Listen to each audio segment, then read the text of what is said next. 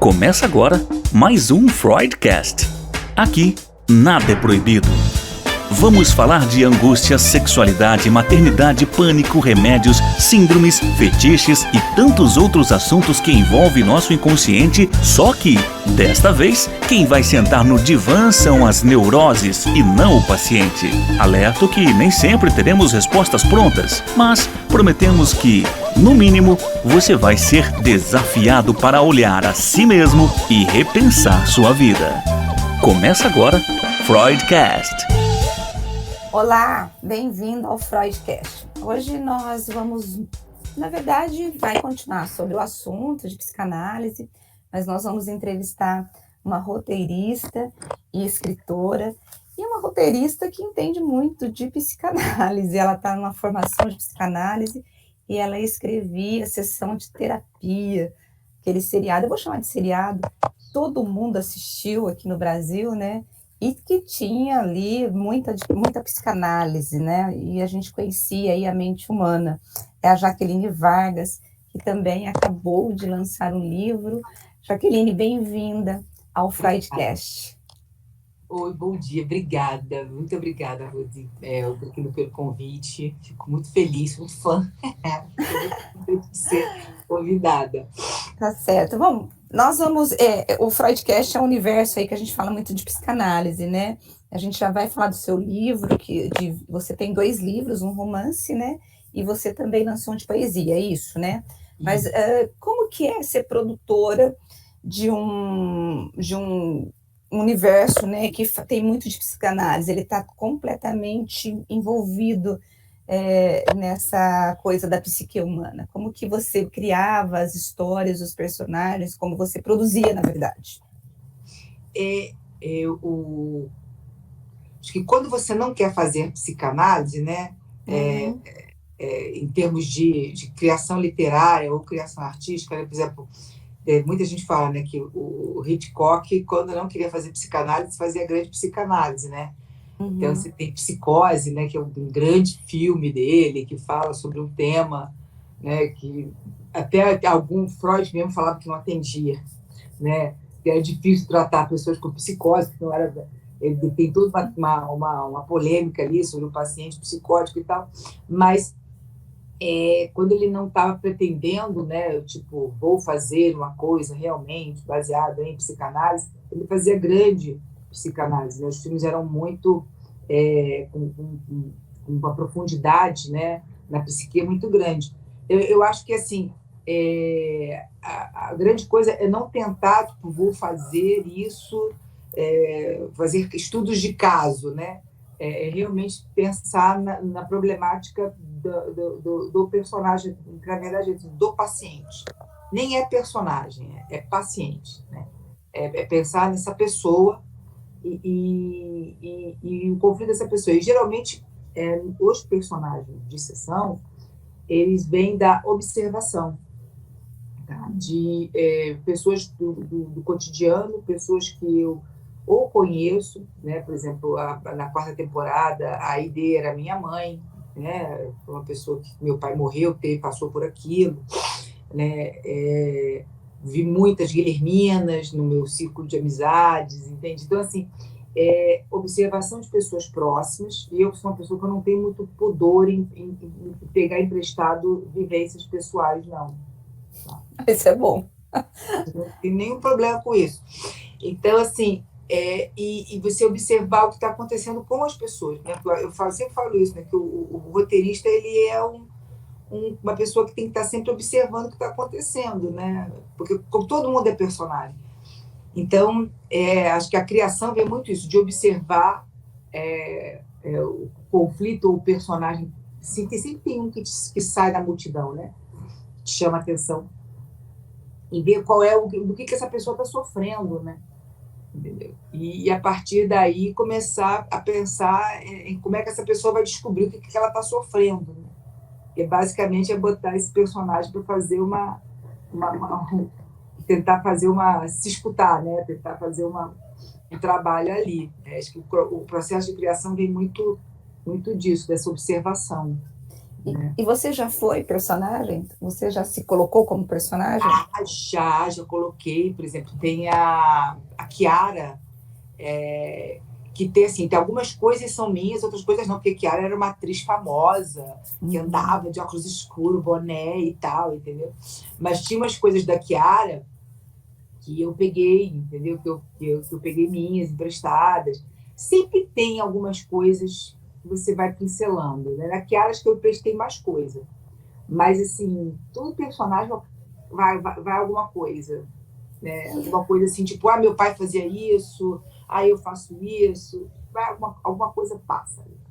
E quando você pensava tanto no paciente e no sofrimento dele, nos tipos de doenças psíquicas, como que era esse desenvolvimento? Vocês ouviam psicanalistas, buscavam ajuda? Como que foi para poder dar um pouco ali de ciência naquilo que vocês estavam fazendo? A grande preocupação com sessão, pelo menos a minha grande preocupação sempre foi, porque é uma coisa muito séria, né? É um tema muito sério, né? A série ela não é terapia. Muitas pessoas começaram a assistir, começaram a querer fazer terapia, que eu acho muito bacana. Ela é terapêutica, mas ela não é terapia, né? Não, isso não substitui, né? Não adianta ver, entendeu? Entendi meu problema. Não, seu problema é seu problema. E aí é uma coisa muito séria, é um assunto muito delicado. E a gente está fazendo entretenimento. Então, para fazer entretenimento, você tem que fazer uma série de licenças poéticas. Então, assim, você já está fazendo licenças poéticas imensas, né? E se você ainda comete alguns erros, nossa senhora, aí assassinou-se a profissão, né? É uma coisa medonha. Então, até enquanto o personagem era o Theo Secato, que era o personagem do Zé Carlos Machado, ele era pelo menos na construção do personagem, a série foi criada pelo Haggai Levi, né? Originalmente, nas 2 primeiras temporadas, são do Haggai Levi, que é um psicanalista israelense. Ele é roteirista, enfim, mas ele também é um cara da psicanálise, e ele é israelense.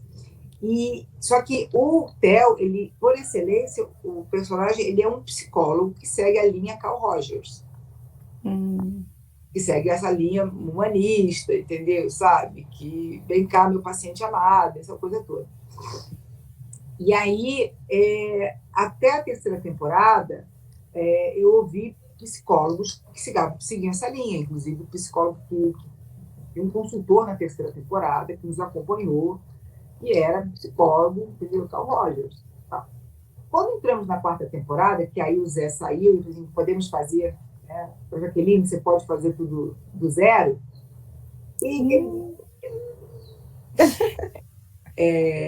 Aí eu pensei assim, bem, ele continua sendo, como a série chama sessão de terapia, né? Não pode virar sessão de análise, ele continua sendo psicólogo e tal, mas um cara que tem uma abordagem mais psicanalítica, etc., né? Não que o outro não tivesse, mas vamos escancarar mais um pouco aqui. E aí a gente tem um consultor, né? Que é o Ricardo Goldenberg, que é um psicanalista, né? Muito conceituado, que tem uma linha, né, lacaniana, escreveu livros de Lacan e tal, né? E o Ricardo é o nosso consultor, né? Na 5ª temporada, quer dizer, foi nosso consultor. Na 5ª temporada, ele foi na 4ª, na 5ª. Na 5ª temporada, a gente também teve a consultoria do Daniel Cooperman, por causa do personagem do Davi, que tinha que ser um terapeuta diferente do Caio. Aí eu pensei assim, diferente do Caio, porque o Caio às vezes dá uns cortes, sabe? Né? Você está querendo se matar? Tá bom, daí, vai tomar esses comprimidos? Você quer tomar o comprimido com o quê? Com uísque, com vodka? Vamos lá. Toma agora. Faz essas coisas, né? Que é um risco, né? Você não sabe o que pode acontecer ali. É muito arriscado. Mas é um cara que vai tomar esse risco. E aí o Davi não, o Davi já é uma pessoa diferente. E aí a ideia, a primeira pessoa que me veio na cabeça é que foi Ferenczi. Foi assim, cara, o Davi é mais Ferenczi. E aí você procurou. me veio na cabeça imediatamente Daniel Kuperman, entendeu? Você sempre gostou de psicanálise porque você acabou de se formar, você está fazendo formação em psicanálise, né? Ou foi a produção dessa série que te fez entrar nesse mundo da psicanálise? Olha, quando eu era muito jovem, eu fiz artes cênicas e eu me especializei em educação psicomotora. E na educação psicomotora eu comecei a gostar de terapia corporal, né, de psicomotricidade, de todas essas RAIs, tanto que a minha primeira análise foram com os Reichianos. Tá? Eu só ia atrás dos Reichianos. Então, se eu não tivesse entrado para o roteiro, provavelmente eu teria feito outra formação em psicomotricidade, eu teria entrado para essa linha de terapia corporal, eu teria feito isso nessa época. Mas aí eu acabei virando roteirista, né, coisas do destino. Mas sempre foi um campo que me interessou muito, que eu gostei muito, né? E quando eu comecei a fazer o Sessão de Terapia, primeira temporada, eu sempre faço muita pesquisa, né? O roteirista ele não necessariamente precisa saber de todos os assuntos, mas você precisa se cercar ao máximo, né? Você tem que garimpar o máximo, a pesquisa te ajuda muito. Então eu comecei a ler, comecei a lembrar de muita coisa, e começou a me, né, conversar muito com os consultores, aí fui ficando motivada. Quando acabou a terceira temporada, falaram para mim que não ia ter mais sessão de terapia. Acabou a sessão de terapia, não vamos mais voltar. É o fim do romance. Aí eu comecei a estudar psicanálise. Isso foi no final de 2014. E aí você acabou de escrever o livro Aquela que Não é Mãe. Por que esse título? Porque é um livro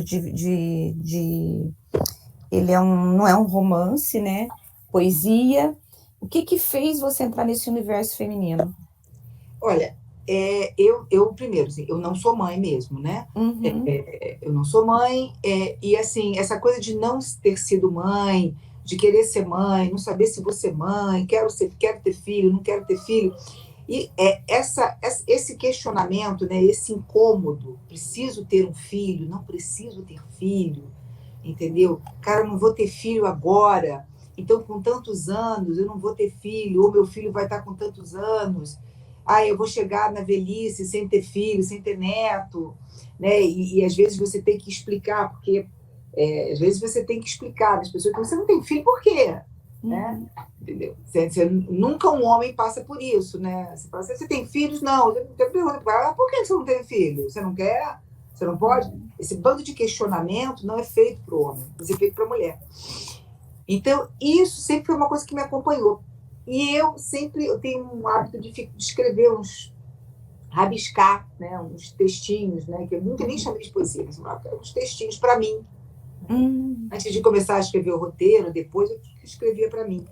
E aí, esse ano, eu resolvi dar uma olhada nesse material e falei, nossa, mas como tem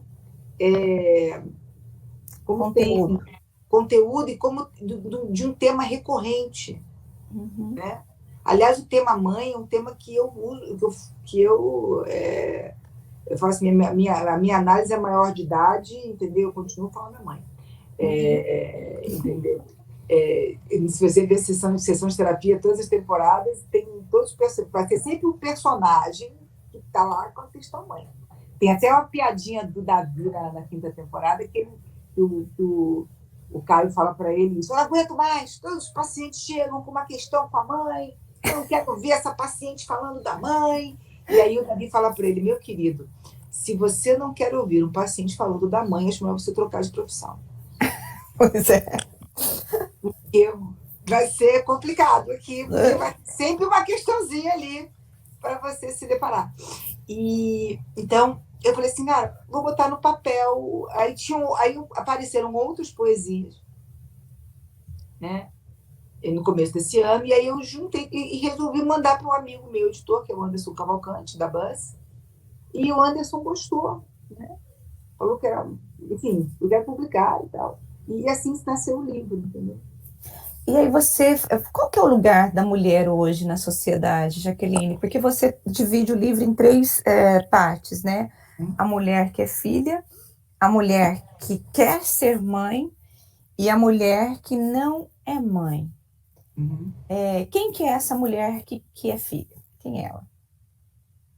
Eu acho assim, é uma coisa que eu levei algum tempo, me debrucei algum tempo pensando. Eu acho que toda mulher, de alguma forma, a gente continua sendo filha de alguma forma, mesmo que depois a mãe morra, enfim, você se separe, você não conheça a sua mãe e tal. Em algum lugar, a filiação sempre se mantém, né? Mas eu acho que hoje, eu acho que a mulher na sociedade, essa coisa da mulher filha, acho que a gente tem que ter um pouco de cuidado essa eterna juventude que é muito valorizada, tá? Que é muito perseguida, entende? Essa adolescência que beira aos 30 anos, entende? Esse adiamento de uma maturidade, tá? Que eu acho que não estou querendo que as pessoas sejam com 12 anos, você seja a pessoa, mas eu acho que isso pode, de alguma maneira, desapropriar a mulher da sua autonomia, de se apossar de si mesma, de ficar nesse lugar de filha, né? Pensando na sociedade no geral. Mas isso é pensando no nosso mundo hoje, né? Sim, entendeu? Sim. Né? Agora, e quando você volta para a psicanálise, e mesmo quando você foi produzir o livro, que você viu que tinha muito conteúdo e tal, quando você pensa nessa filha, né, que é uma adolescente de 30 anos, o que você atribui a essa demora para poder ter essa maturidade ou esse encontro consigo mesmo no sentido de se responsabilizar? Porque quando a gente leva muito longe a nossa imaturidade, é porque a gente tem aí algumas questões que a gente não quer assumir, né? Você consegue, enquanto psicanalista, enquanto escritora, produtora, escritora, conseguir entender isso ou não? Ou você também está à procura dessa resposta? Eu estou sempre à procura da resposta. Eu não sei nada, não acredito em nada do que eu falo. Uhum. Entendeu? Sabe? Mas, assim, eu só sei que nada sei. Mas eu fico pensando o seguinte: a gente vive num momento. Eu me preocupo muito com a criança de hoje do que será amanhã. Uhum. Porque hoje a gente nós temos muitas telas, é muito espelho, é muito reflexo, é muito tudo, é tudo muito, entendeu? Você faz tudo para ter mais tempo, você faz tudo para economizar o tempo, para ter mais tempo, entendeu? Para fazer o quê? Né? Para correr, para continuar correndo. É uma correria que não para, entendeu? É um buraco que nunca enche, né? E tudo é muito superficial. Nada é profundo, nada é profundo. Então, a minha sensação é que isso, no geral, né, não apenas da mulher, mas assim, uma compulsividade, né? Não necessariamente essa pessoa. A gente está indo para um ômega, a gente está indo para um coletivo. Cadê o subjetivo? E a mulher, ela sempre, de alguma forma, nós sempre fomos inseridas num coletivo, entendeu? Né? A subjetividade, se você pega, então, o povo cigano, né? Tenho uma grande paixão pelo povo cigano, eu sempre falo do povo cigano. A mulher está sempre num coletivo, entendeu? Né? As mulheres têm as mulheres isso, as mulheres aquilo, né? Essa coisa do poder da fala, né? De botar verdades máximas, né? A mulher não é amiga de mulher, a mulher não presta, a mulher, entendeu? Você vai repetindo aquilo. Então, a minha sensação é que hoje em dia, né, você tem esse mundo tecnológico, tá?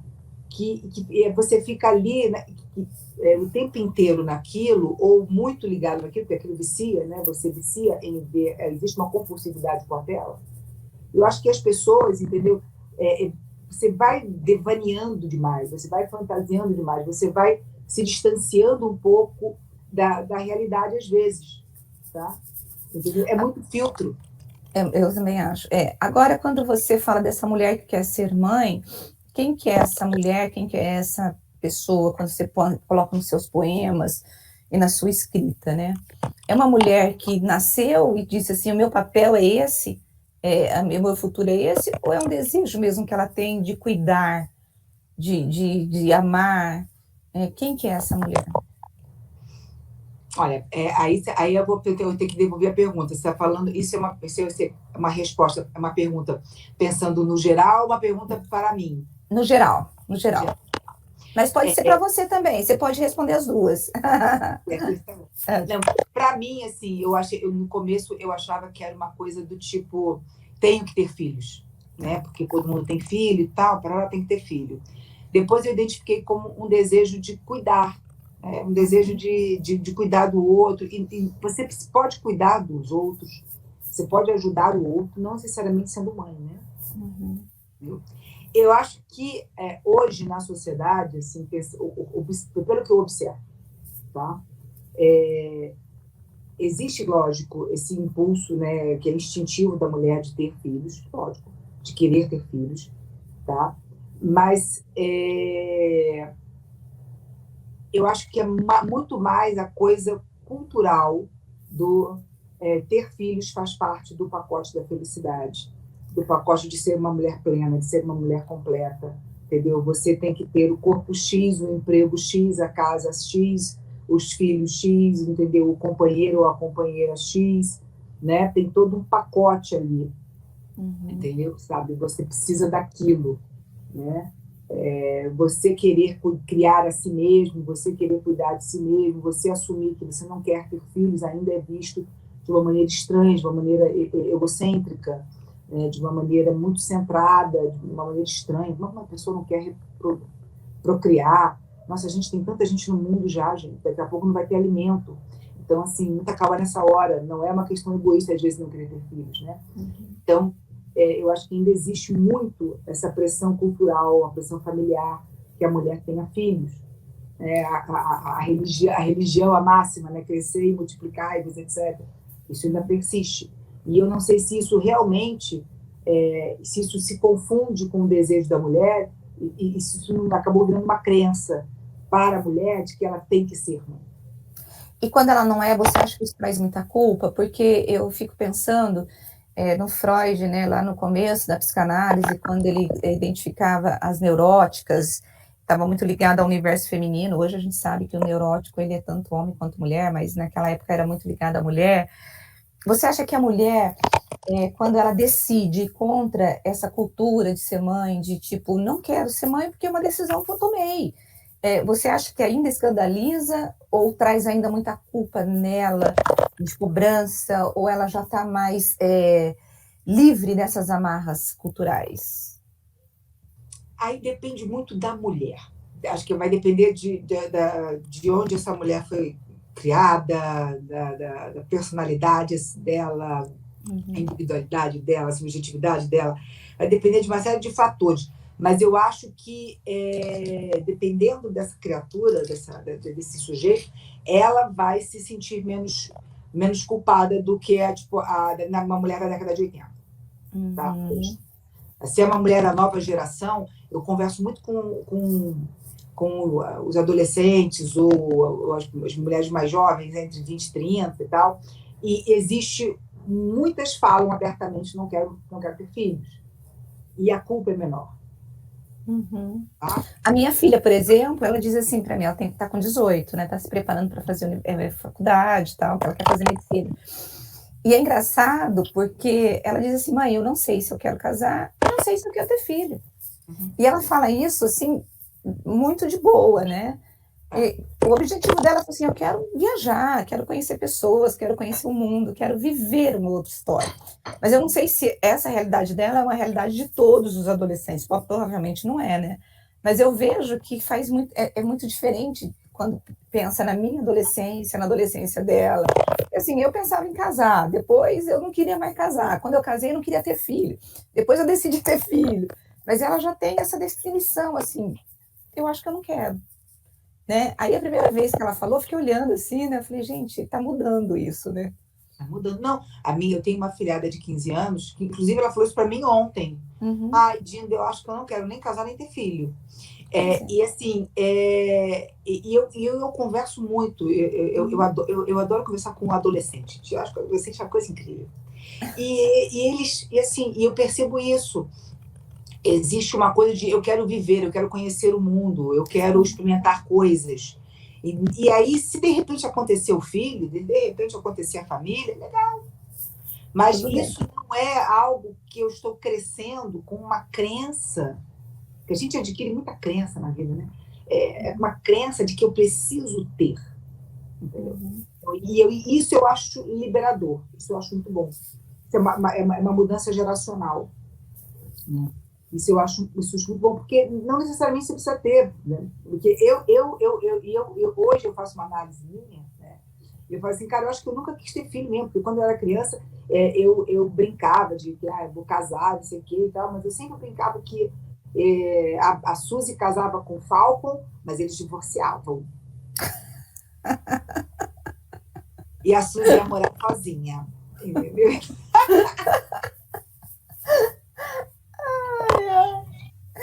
Então você já estava assim, já prevendo. Agora, você já resolveu isso? Você levou isso para a tua análise, essa história de ser mãe? Levei muito, porque assim, foi um processo muito doido, porque tinha uma coisa que eu percebi em análise, é que eu queria me livrar da obrigação, né? Teve um momento que eu queria me obrigar, porque assim, com 18 anos, os médicos falaram para mim que seria difícil para mim ter filhos, por uma questão física, etc. E aí eu falei, cara, eu vou engravidar logo, eu quero ser mãe aos 20, porque aí resolvi essa questão. Aos 40, essa pessoa, olha isso, essa pessoa já está grande, já resolvi o problema. Então, e aí você foi à procura de. Aí você vê assim, cara, como assim? Isso não é um problema para você resolver, não é uma questão para você resolver, né? Tipo assim, eu tenho que ter o filho, né? Entendeu? Então, assim, aí na análise você vai relembrando, né? Esses momentos da sua vida, você vai vendo, sempre esteve lá isso, mas ao mesmo tempo aquela coisa, puxa, né? Tem toda uma fantasia em torno, né? E criança, assim, se você pensar bem, criança é uma coisa maravilhosa, né? Entendeu? Um bebê é uma delícia. Quem é que não quer um bebê fofinho para apertar? Né? Então você fala, né? Mas o filho não é um bebê fofinho, gente, é uma fase. Tem a cólica, tem o choro, tem a birra, depois tem a adolescência, né?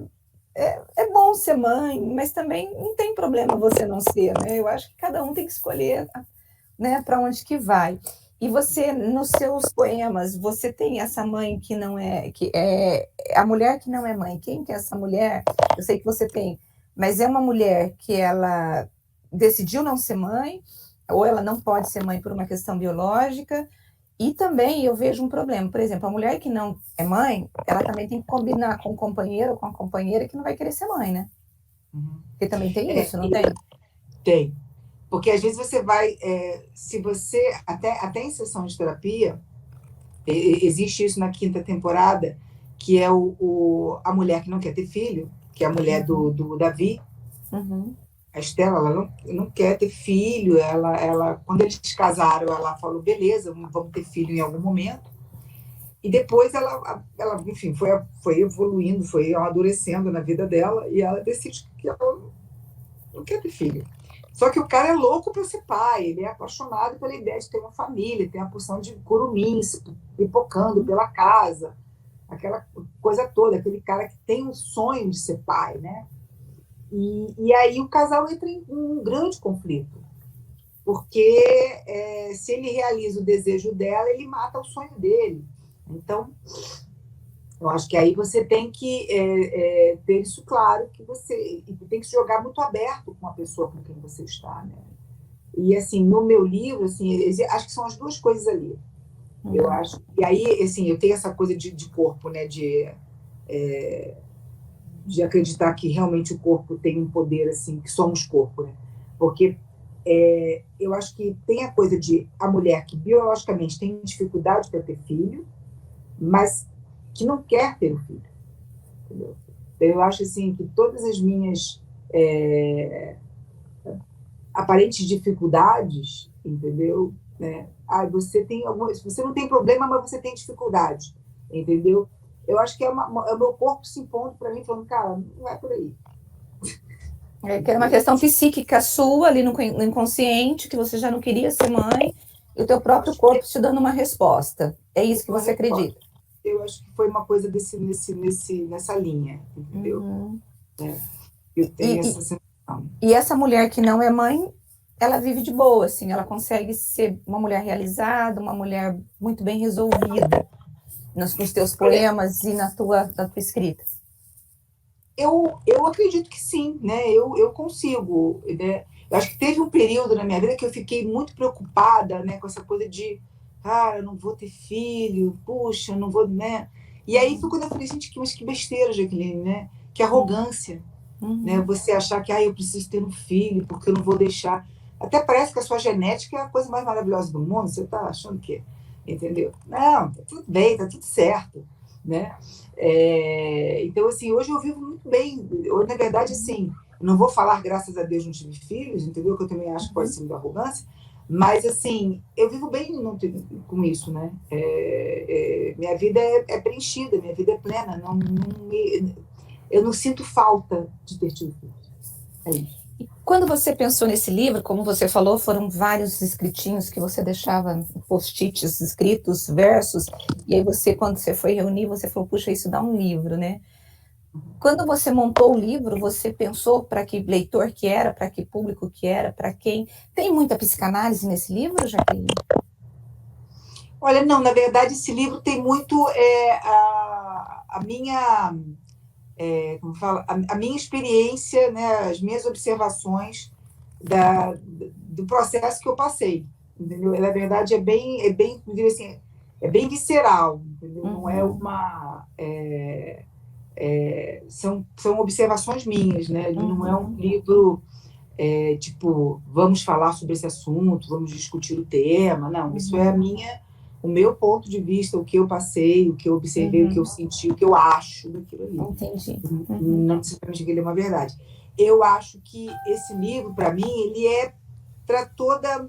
Para mim, ele é para toda mulher. Eu acho que qualquer mulher mulher, pode pegar o livro. Né? Mas eu acho que ele tem a mulher que está na dúvida, ou que... Eu acho que a mulher que está na dúvida, que não quer ter filho, mas se sente, poxa, eu estou me sentindo pressionada aqui, pode ser interessante para ela.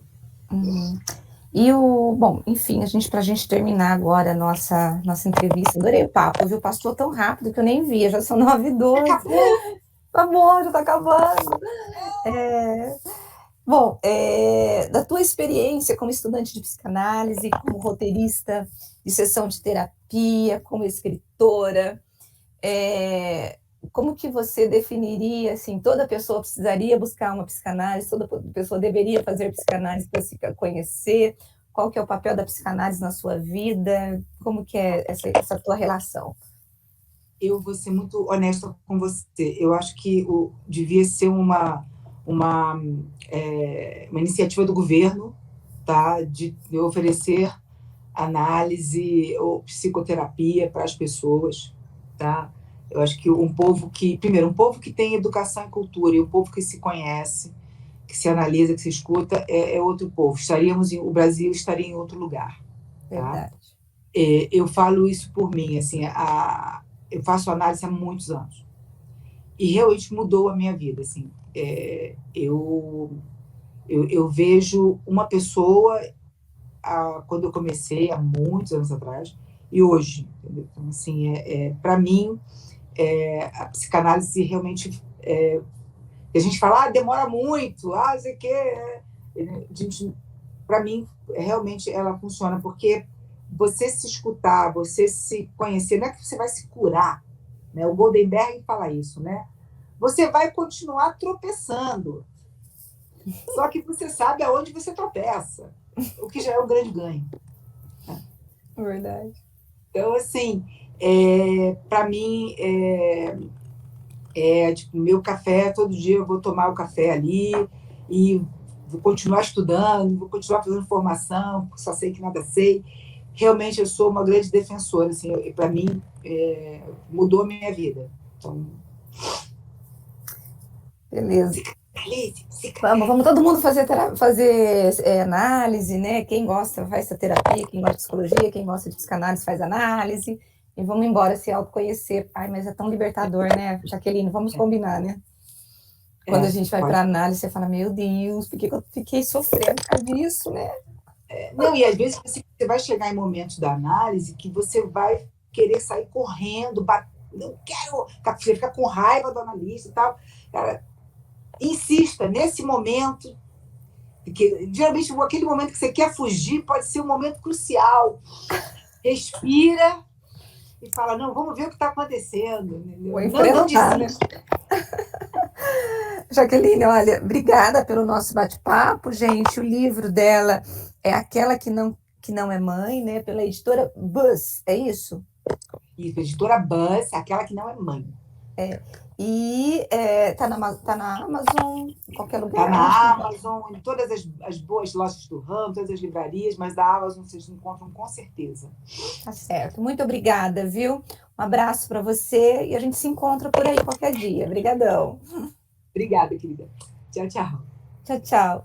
Gente, eu quero agradecer a tua presença nesse bate-papo super leve, né, com a escritora, roteirista Jaqueline Vargas, que acabou de lançar o livro, né, Aquela que não é Mãe, e que também escreveu e roteirizou aí sessão de terapia. Semana que vem eu encontro com você, com mais um analista, com mais um assunto top, para que nós possamos falar aqui das nossas dores, dos nossos sofrimentos e dos nossos sonhos e projetos e desejos.